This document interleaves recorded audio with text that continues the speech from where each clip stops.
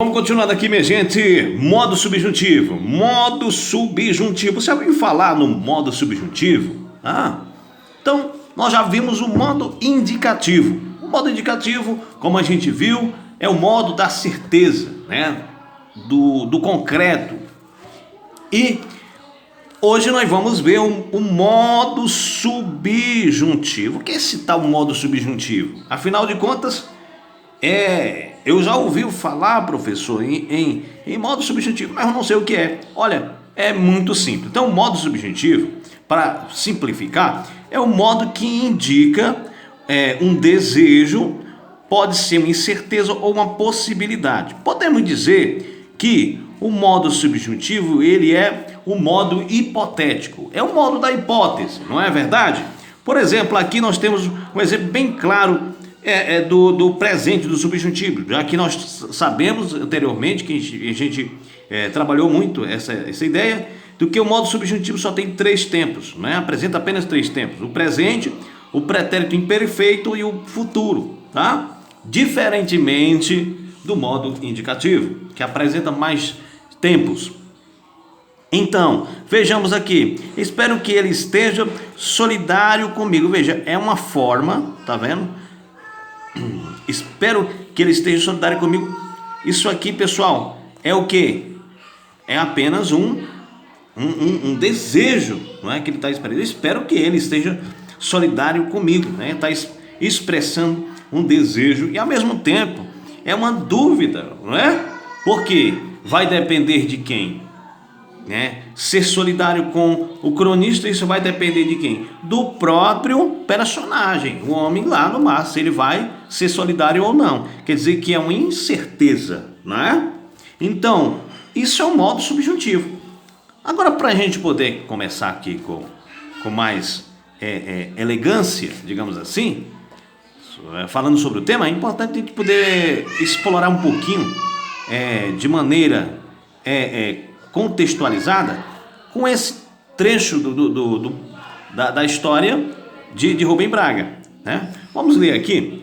É apenas a imagem de um homem, e eu não poderia saber sua idade, nem sua cor, nem os traços de sua cara. Estou solidário com ele, né? E espero que ele esteja, tá certo? Olha com esse verbo aqui, ó, esteja. Olha, que ele esteja, porque o verbo, porque o subjuntivo, ele sempre aparece aqui acompanhado dessas partículas, que, se, né, quando. Então, que ele esteja, isso aqui, pessoal, essa expressão toda aqui, com o verbo agregado ao verbo, é o que nós chamamos de modo subjuntivo. Que ele esteja comigo, que ele atinja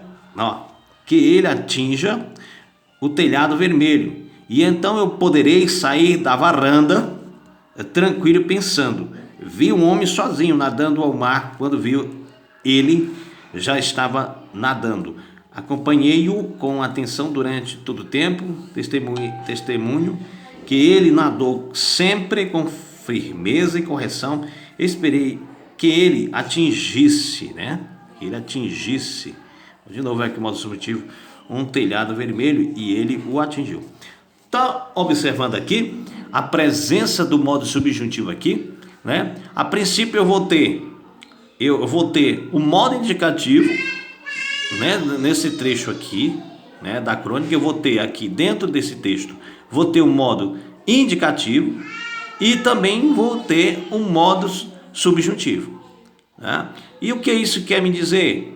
Quer dizer o seguinte, que o modo subjuntivo, ele é usado para quê? Quando eu quero expressar um desejo, quando eu quero expressar uma incerteza, uma possibilidade, como no caso que aconteceu aqui, tá? Quando ele disse, espero que ele esteja comigo, tá? É o que? Uma dúvida, né? É uma incerteza, tá? Ele é uma possibilidade dele estar junto dele, tá? Ou não. Então, você aprendeu que numa conversação, seja numa conversa de esquina, seja numa conversa lá na fila do banco, né? Seja num texto que você vai falar sobre futebol, sobre política, sobre educação. Então, qualquer tema que você vai usar, você constantemente está usando, né? Você pode usar o modo indicativo, o subjuntivo e até mesmo o imperativo, né? Vai depender da circunstância que você emprega a linguagem. Então, gente, olha, aí tem aqui nessa primeira questão, diz o seguinte: nesse trecho, o cronista revela um sentimento que nutre pelo narrador e expressa a expectativa de ser correspondido. Que frase revela isso, né? É a frase que diz assim: estou solidário com ele, espero que ele esteja comigo, tá? Então essa é a frase, ok? Que a forma verbal indica uma condição para o cronista sair da varanda. Ora, é muito fácil. A forma verbal atinja, né? A forma verbal atinja, está aqui, né? Esperei que ele atingisse um telhado vermelho e ele o atingiu. Pronto, é o verbo atingir, né? Ok? Então aqui tem muitas formas da gente explorar esse texto, né? Tem muitas possibilidades. Mas o que é que nos importa aqui? Nos importa saber sobre a flexão do tempo do modo subjuntivo. Então o subjuntivo, eles têm, como a gente sabe, ele tem apenas três tempos. O presente, que expressa um desejo, um acontecimento provável, porém incerto, é empregado geralmente depois das expressões é possível que, talvez, tomara que, convém que. Então, muitas vezes, ao empregar o presente do subjuntivo, muitas vezes você usa: ora, tomara que eu consiga passar no concurso, talvez que eu ganhe uma vaga, né, de emprego. Então é isso que acontece, tá? Do modo subjuntivo presente. E aqui no pretérito imperfeito indica que é um fato que poderia ter acontecido mediante certa condição. É acompanhado da palavra se, não é? Então, o pretérito imperfeito do modo subjuntivo, ele sempre vai aparecendo assim, com a partícula se, né? Se eu vendesse, se tu vendesse, se tu vendesses, né? E aí por diante, né? Por aqui, se ele atingisse o telhado vermelho, eu poderia sair tranquilo da varanda, ó. Se ele atingisse, se tu atingisses, se ele atingisse, se nós atingíssemos, se vós atingisseis, se eles atingissem. Pronto, aí eu conjuguei o verbo atingir em todos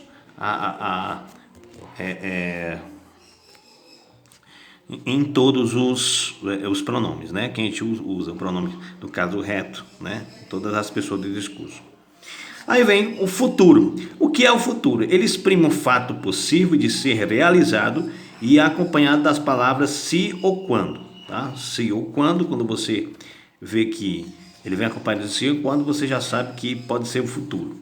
Então, quando ele atingir o telhado vermelho, eu poderei sair tranquilo da varanda, né? Ou seja, futuro, indicando o quando. Quando eu ganhar, quando eu vencer, quando eu falar, tá? E assim por diante, né? Aí, pessoal, além disso, nós temos também as formas nominais. O que são formas nominais? Já está dizendo. Nominais são formas que o verbo pode adquirir, né? Se tornando nomes, ou seja, substantivo. Tem há situações em que esses verbos podem assumir o papel de nomes. E quais são essas formas nominais do verbo? São três, ó: o infinitivo, o gerúndio e o particípio, né? Há três formas nominais do verbo.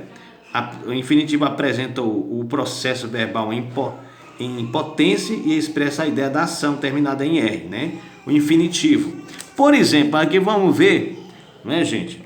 Vamos ver aqui um exemplo. Vou pegar a cadeira aqui de um infinitivo do verbo. Vamos pegar aqui o verbo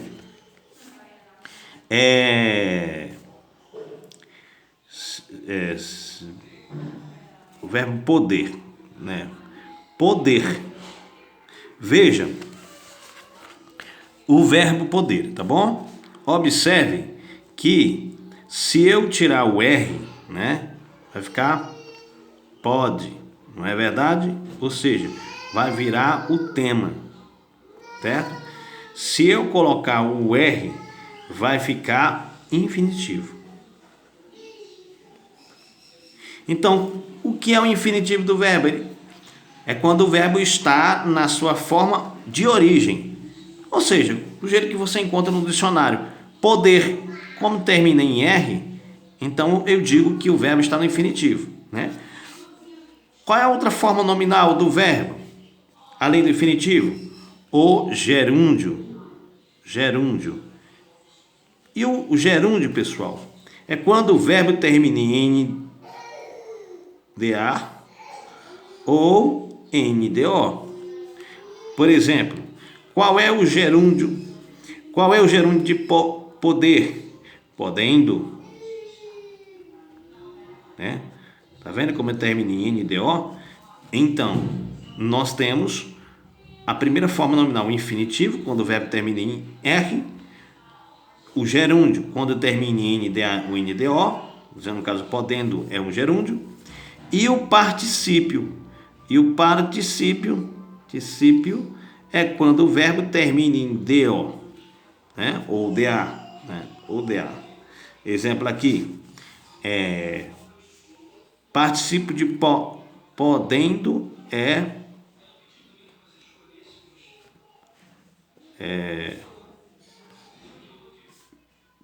o particípio de podendo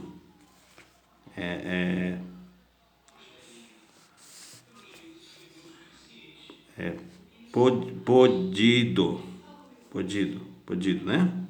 Ó. E o particípio de cantar, cantado, tá?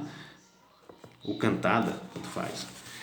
Ok? Então, são 3 formas de nominais do verbo: o particípio, o infinitivo, o gerúndio e o particípio.